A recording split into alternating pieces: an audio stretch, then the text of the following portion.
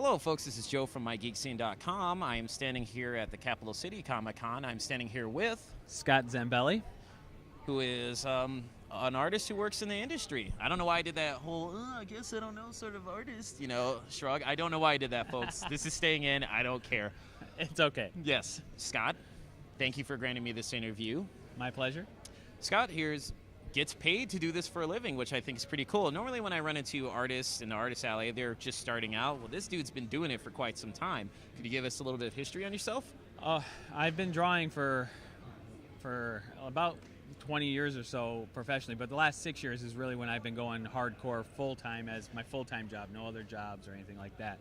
But I got my start started off in animation for a company in Southfield, and did a lot of animation work for TV commercials and things like that, but also did work for the Detroit Pistons with their scoreboard animations and various things.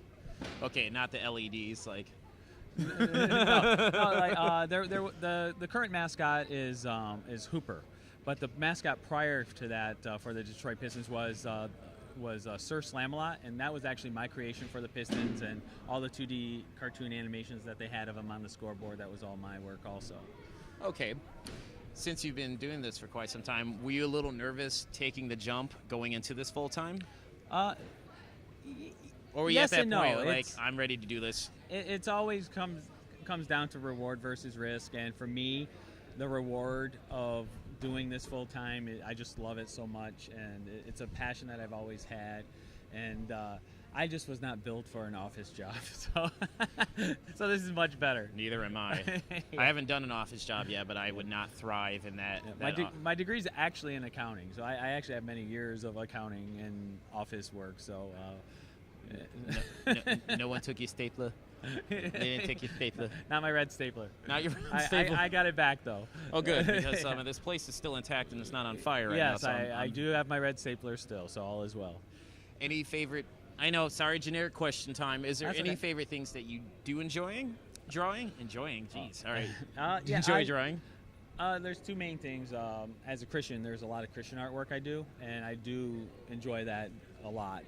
And then on my inner geek side, I'm a lifelong Star Wars fan, and I really love drawing anything Star Wars, and I've had the honor and privilege of also becoming an official Star Wars artist for about 5 or 6 years now, of doing work for their trading card sets and sketch cards and things like that. So that's been a blast doing that. Did you by chance go over and talk to the 501st over there? Well, not too far from here? Not only do I talk to them, I'm actually a member of the 501st. I am a stormtrooper. Oh, okay. Yep, I am a TK 10499 with the Great Lakes Garrison, not base. That's the rebel side.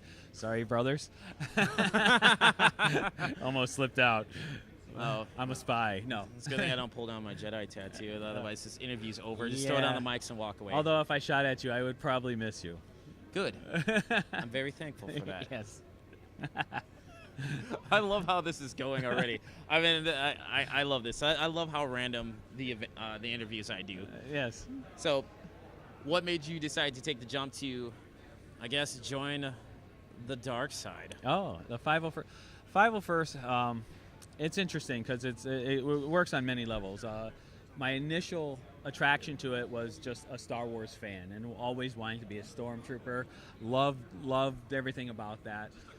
Then you go through the process of building your armor, and you get to know the other people in the garrison, and then it becomes a brotherhood where, all the men and women who are part of it, they're just awesome people, and you become part of that family. And then once you finish with your armor, you do your first troop, and you see the smiles that you put on the faces of kids and adults, and that just takes it to a whole nother level where it becomes a passion that you just love doing, because you just realize, there's this powerful outlet for your inner geekdom to come out and help people, so that's what the 501st is all about, and it's an honor to be part of it. Using your passion in a positive manner. I think that's pretty sweet. Exactly.